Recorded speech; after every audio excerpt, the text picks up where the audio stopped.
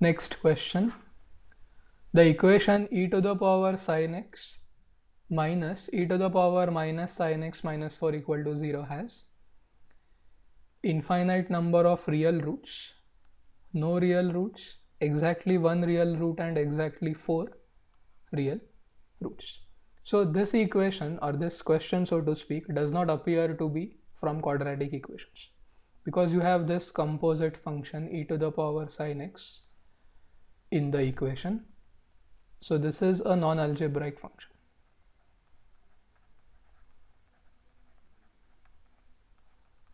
Okay, at the beginning of the session I told you what non-algebraic functions and non-algebraic equations are. So this is one of them.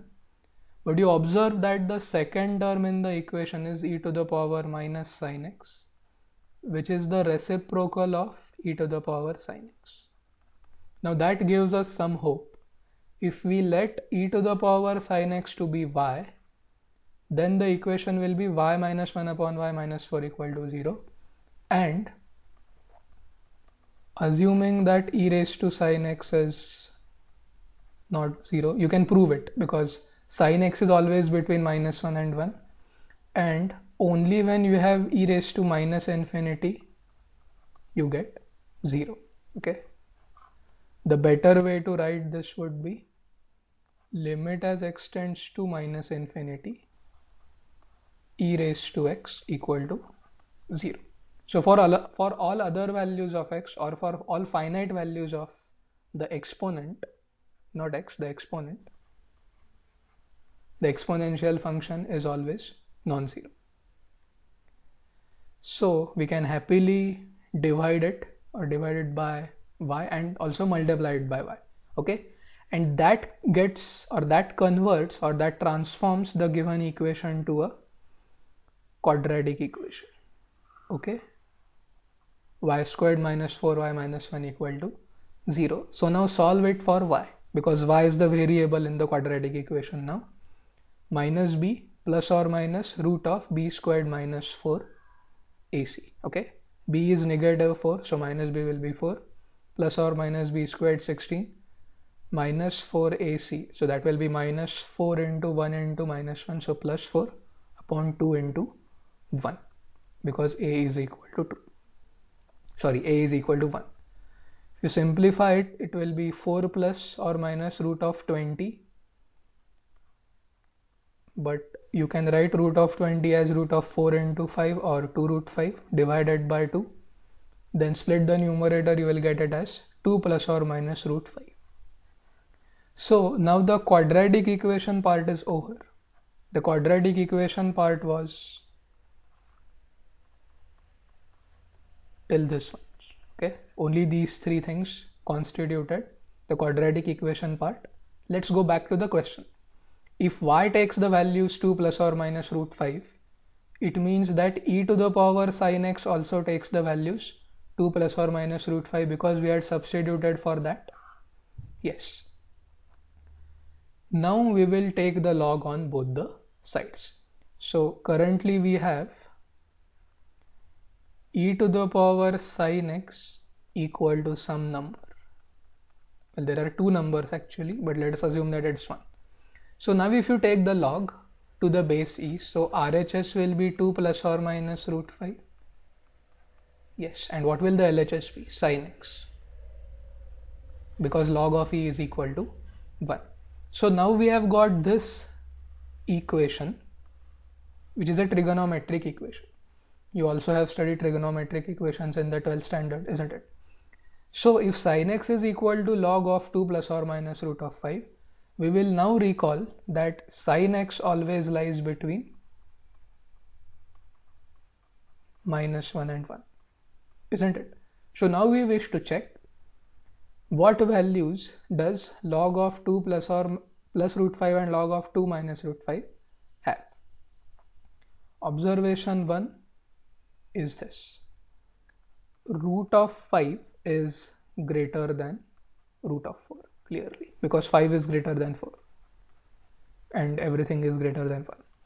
Okay, so if root of 5 is greater than root of 4, root of 5 will be greater than 2, so 2 plus root 5 will be greater than 4.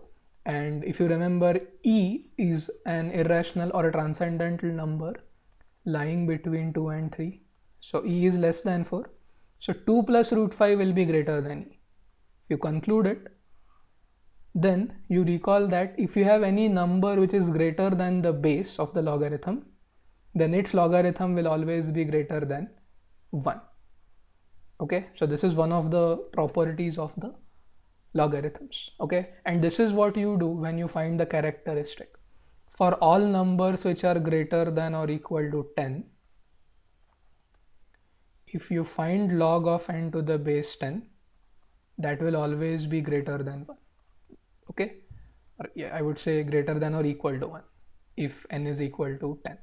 Okay, so these are the common logarithms. We are not interested in them. We are interested in the natural logarithms, but nonetheless the properties remain the same. Okay, irrespective of the base, be it e or be it 10. So log of 2 plus root 5 is greater than 1. Now, can sin x ever be greater than 1 for real values of x? No, it is not true. So at least for sin x equal to log of 2 plus root 5, there is no real solution. But there is still some hope because we have not yet talked about log of 2 minus root 5. Okay, but the moment we say that root 5 is greater than 2, if we subtract root 5 from both the sides, it would mean that 2 minus root 5 will be less than 0 or negative. Okay, so if that is the case, then log of 2 minus root 5 will not be real. In your syllabus, you do not have logarithms of negative as well as complex numbers. So I'll just say that it is not real. Okay, so if that is not real, then which means sin x is not real.